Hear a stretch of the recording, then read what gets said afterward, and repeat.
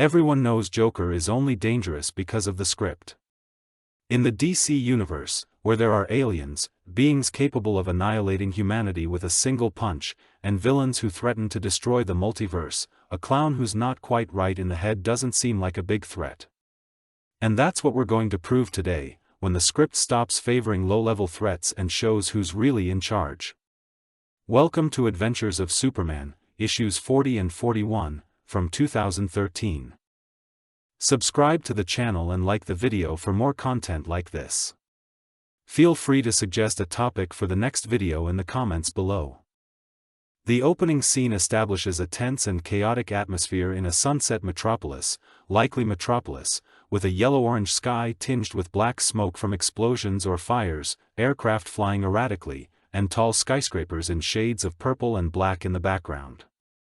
In the foreground, a man in a purple suit and iconic hat, clearly the Joker in a classic, lean look, stands with his back to the camera atop a tall building or elevated platform, legs slightly apart and arms outstretched in a dramatic and defiant pose, as if proclaiming his presence or awaiting an inevitable confrontation. The red and blue lights of emergency vehicles flash in the streets below, reinforcing the sense of impending crisis and the beginning of a villainous threat. The scene focuses on the Joker's sadistic face, amplifying his expression of insane ecstasy as he observes the chaos in Metropolis. The camera focuses on his pale face with smeared red lipstick in a wide, toothless smile. He exclaims, "Finally." Then he poses a question, as if it were one of his jokes. He makes a pun on the name, Superman, as if questioning whether he is more super or more man. He says that this is the question that has been confusing Metropolis. We see Superman's dramatic arrival atop the building in the blazing twilight of Metropolis. Superman hovers in the sky, saying only a "hello," and calmly introducing himself in response to the lunatic before him. Seeing that Superman is calm, Joker can't contain his laughter and asks if he really did that, in a sign of sarcastic disbelief. The Joker asks if Superman's secret weakness is his lack of irony. Superman says the Joker is a murderer, as he saw it in the newspapers. The Joker questions whether he goes out much, criticizing his costume.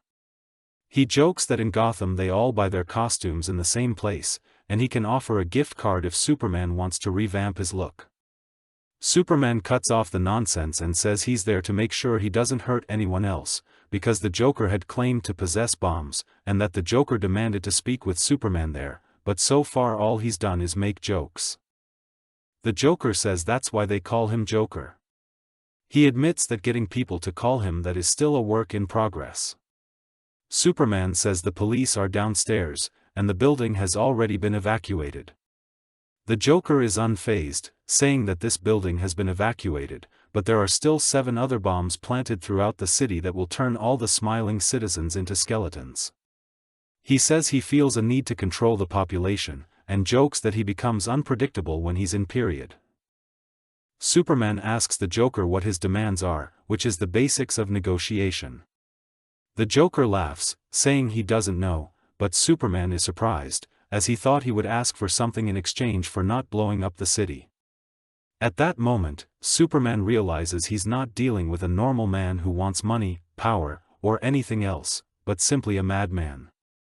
The Joker continues laughing disturbingly, saying that he's new to this pale-faced, green-haired criminal business, so he's still trying to figure out if he's the kind of criminal who makes demands, or at least if he's a real criminal at all. He says this last sentence with a sad expression, as if facing an existential crisis. Already out of patience, Superman says that planting bombs around the city is illegal.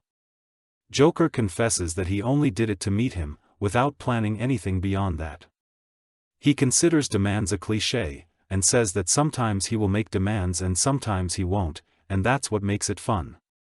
Joker says he had one demand, which was to meet Superman, and now that he has met him he's going to plant the bombs, but Superman says he doesn't believe him.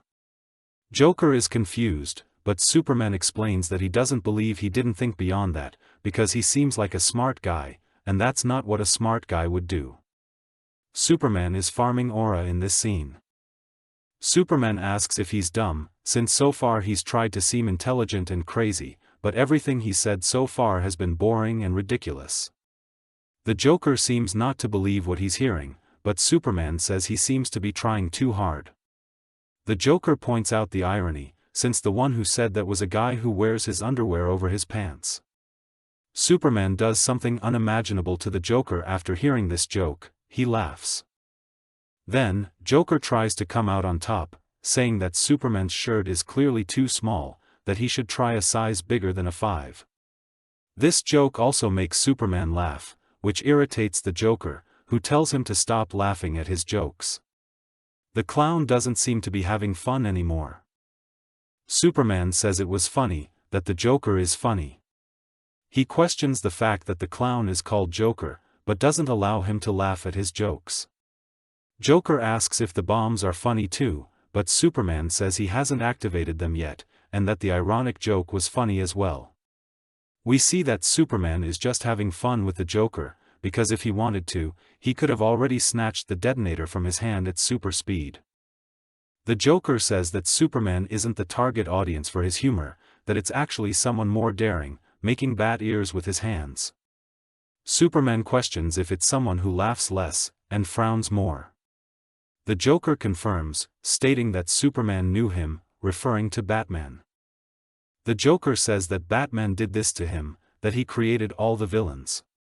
That he's a crazy billionaire, a super scientist who kidnaps homeless people from the streets and experiments on them, turning them into monstrosities so he has villains to fight.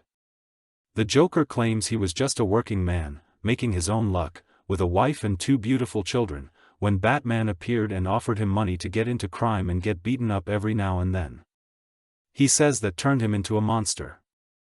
Superman looks at him with a face that shows he doesn't buy the story, making a noise of disagreement. Superman turns his face away, saying that this story is made up and that he has the impression that the Joker is one of those people who only likes to hear his own voice. He adds that sitting there listening to his nonsense seems more like a waste of time. The Joker gets irritated by this last sentence, raising the detonator, as if threatening to blow everything up, as if asking, "Who are you to call me a waste of time?" We begin to agree with Superman. Why is he still wasting time with this clown? Still farming aura, Superman looks down at the Joker, finishing with a "no offense," as if everything he said so far hasn't been offensive enough. The Joker points his finger at Superman and says that he's the one who's annoying. In an ironic tone, Superman asks how he figured that out.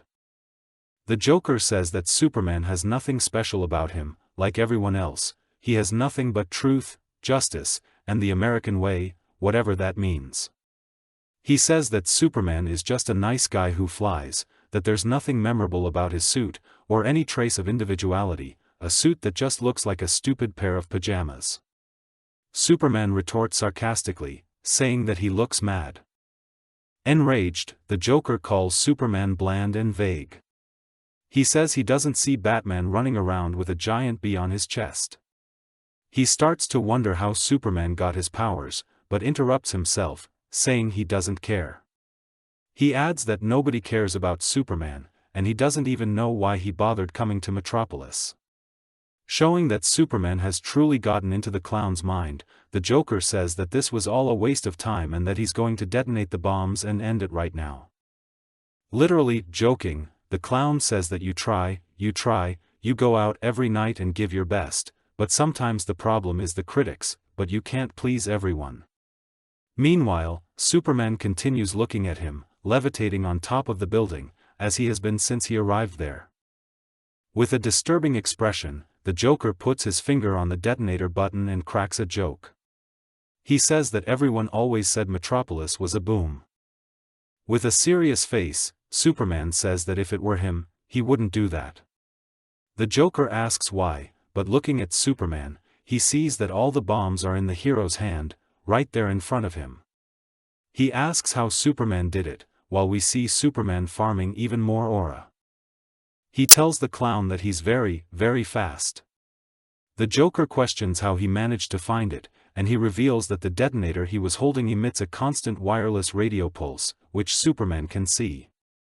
All he had to do was search the entire city and find receivers working on the same frequency. Disappointed, the Joker asks if he can do that, and he replies that he can do a lot of things. The Joker says he can still detonate the bombs right there. But Superman says that would be a stupid idea. Thinking about it, he's right, Superman is invulnerable and fast enough to escape. The only one who would die in the explosion, on top of an evacuated building, would be the Joker himself. That's when the clown realizes this. He's crazy, but not that crazy. Superman explains exactly that, the building was evacuated and the explosion wouldn't hurt him, he would only be blowing himself up if he did that. He adds that he manages to contain the debris from the explosion before it hits the street below. He tells the Joker that he can detonate it because he doesn't care. The Joker smiles and says the hero is bluffing. Superman says he'll fly down there and let the Joker think about it as much as he needs, and that he was stalling the Joker because he needed time to locate the bombs, but that now everything's fine. Then he drops the bombs he picked up in the city right on top of the Joker. With a nervous smile, the Joker can't believe what's happening. The Joker questions who Superman is, saying he's speaking too generally, that he's just an ugly archetype. Superman says that's his strength. The Joker asks how being vague is a strength. With a very Chad face, Superman replies that it's because he can do something that surprises the clown. Annoyed, the Joker grumbles.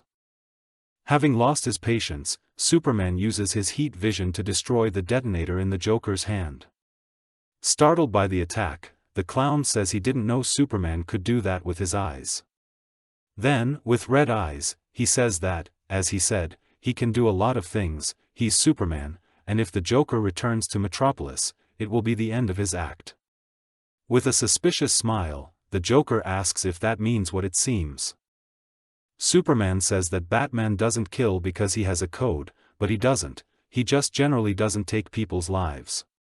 The Joker questions this and emphasizes that generally. In a threatening tone, Superman replies that, as he himself said, he is vague. The Joker becomes distraught, saying he will return even worse, that he will find a way to hurt Superman, and then he will come back to do it. Superman just laughs, saying that he seems very stupid at that moment, ignoring the clown's threats. Superman recovers and says that the Joker is nothing, just a stupid idea that only a child would find cool. That he's only known him for a few minutes, but he can already see that the only certainty about him is his uncertainty. He adds that the clown is just another nobody in a stupid costume, killing innocent people just to get attention. He says that there's no audience for the Joker, nobody but himself, who is clearly bored with himself. Any writer could write him, any actor could play him, all they would need to do is create their own version, and the audience would applaud. But him, nobody would ever applaud.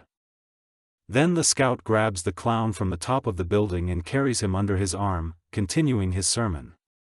He says that the Joker got it all wrong, he assumed that just because he didn't know Superman, there was nothing to know. He doesn't wear a mask, so it could be anyone using the symbol and the cape, including someone totally insane. He has no code of conduct, no rules, no limits, he just does what he thinks is right.